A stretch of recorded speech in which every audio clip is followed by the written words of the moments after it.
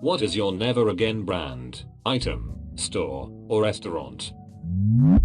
AT&T from back in the days of long distance said they'd get me a good rate to Thailand, which we call all the time. Bill comes and it's 10 times the advertised rate. I call. The first guy can't fix the bill. I escalate to manager. He says you are correct. I'll fix your bill. Next day he calls back and says we've decided not to fix your bill. Back in early 2000s, I had them for long distance calls as well. They charged a crapload of money, so I called to cancel the service. A month goes by and I get another bill from them for like $90 for maybe 15 minutes of calls. I contacted customer service and they said that while I cancelled my long distance, I didn't cancel local long distance, so they kept charging me. It took hours for them to concede that when I cancelled my long distance service that I was cancelling all the long distance. They still wanted to charge me for the calls, but agreed to charge my new company's rate, which was 5 cents per minute.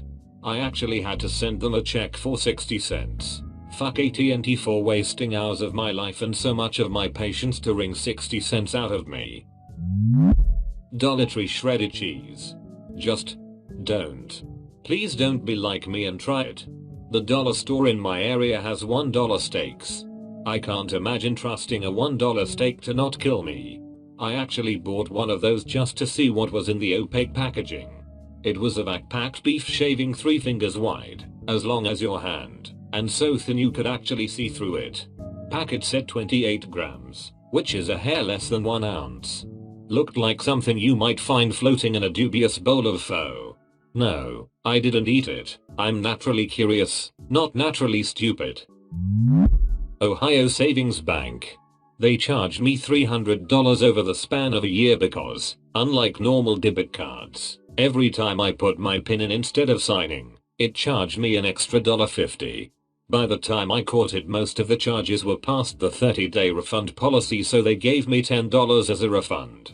I didn't make a fuss because I know it's not the worker's fault, but I did withdraw all my money immediately and switched banks. Fuck that place. That seems super jank and scammy. Most places I go to anymore don't even give me the option to sign, it's always just PIN number. If you're in the US, you can usually press cancel and it'll let you sign. Soon after she left me in 1998, my ex-wife wanted to meet for a post-mortem conversation. I suggested we meet at Pizzeria Uno. About 20 minutes into our agonizing conversation, she looked around and said, "Wait. You hate Pizzeria Uno?" I replied, "I sure do. I'm not going to ruin a place that I like with terrible memories. I'm never entering a Pizzeria Uno again." And I haven't. I don't blame you. Why would you choose somewhere you enjoy going to for that kind of conversation? Sprint. Couple of years ago they let someone buy over $2,000 worth of phones in my mom's name. Didn't ask for ID or anything. They got an address but it was off by a couple of numbers. My mom didn't notice for a couple of months when her credit got flagged when they were trying to get approved for a loan or something. She fought with Sprint to get the charges removed from her credit.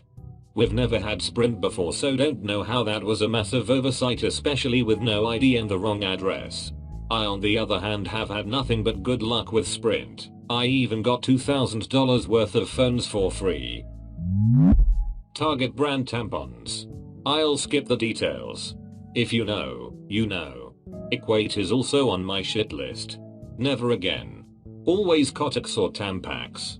Oh damn, I'm having a rough month and almost went Equate. Glad I went with my gut and got Kotex instead. Greyhound bus. If you've got no other option, buckle up, it's going to get weird.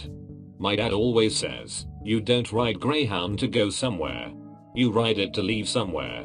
Very depressing indeed.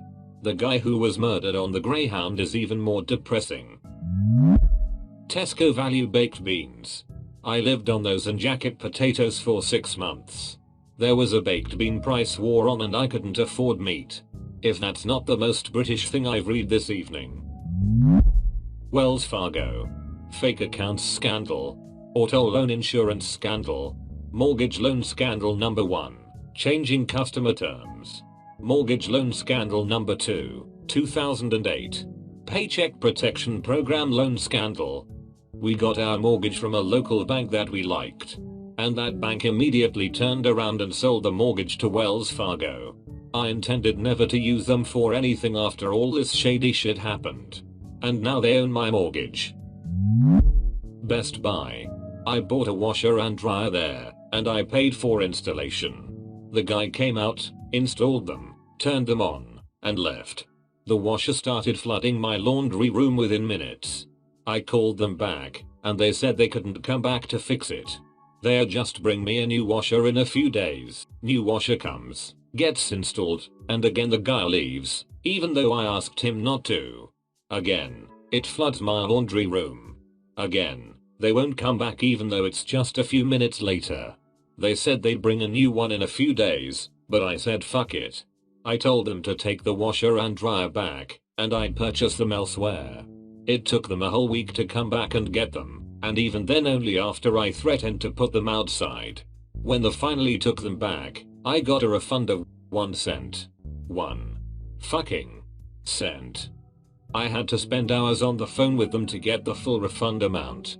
Then, they didn't refund me for the hoses, which they took back, and the installation, that flooded my laundry room twice.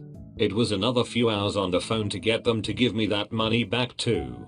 Bought a new washer and dryer at Costco later. Came the next day, installed in minutes, for free, and worked great. Was even cheaper than Best Buy. Seriously, fuck Best Buy.